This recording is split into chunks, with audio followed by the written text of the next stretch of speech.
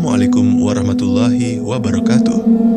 Selamat datang di Misteri Kucing, tempat di mana kisah horor nyata, urban legend, dan misteri menyeramkan akan selalu menemani malam kalian.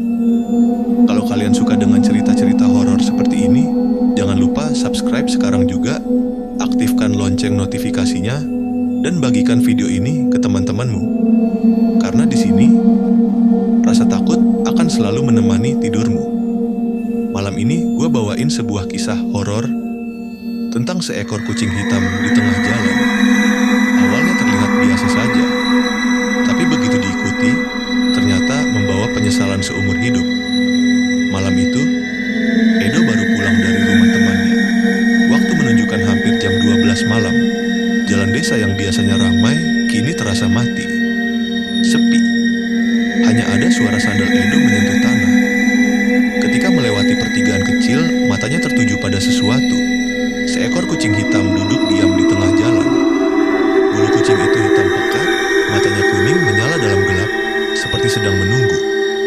Awalnya Edo ingin mengusir, tapi saat ia melangkah, kucing itu berdiri, berjalan pelan ke arah jalan yang lebih sempit.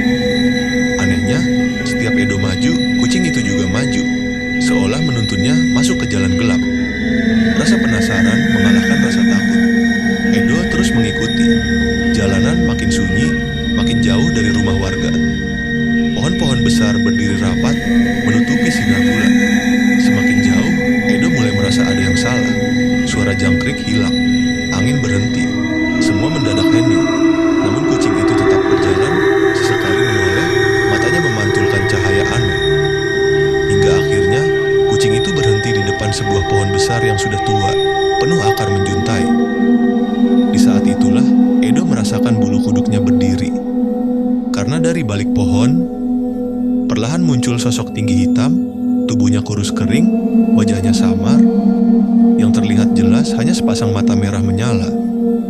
Sosok itu menoleh dan tersenyum tipis, senyum yang dingin, menakutkan, membuat Edo terpaku tak bisa bergerak. Edo mencoba mundur, tapi langkahnya berat, seperti ada sesuatu menahan. Ia menoleh ke belakang, dan jantungnya serasa berhenti. Belasan sosok serupa sudah berdiri di sana, melingkupinya, semua menatap dengan mata menyala. Kucing hitam yang ia ikuti, kini berubah. Tubuhnya membesar, matanya merah, mulutnya terbuka lebar, penuh taring panjang meneteskan darah. Suaranya bukan lagi ngeong, tapi jeritan panjang seperti manusia yang disiksa. Edo panik mencoba berteriak, namun tak ada suara keluar. Tenggorokannya terkunci. Ia hanya bisa melihat puluhan mata menyala mendekat, mencakar, menggigit, dan menarik tubuhnya masuk ke dalam kegelapan. Pagi harinya, warga menemukan sandal Edo tergeletak di bawah pohon besar. Tubuhnya tidak pernah ditemukan.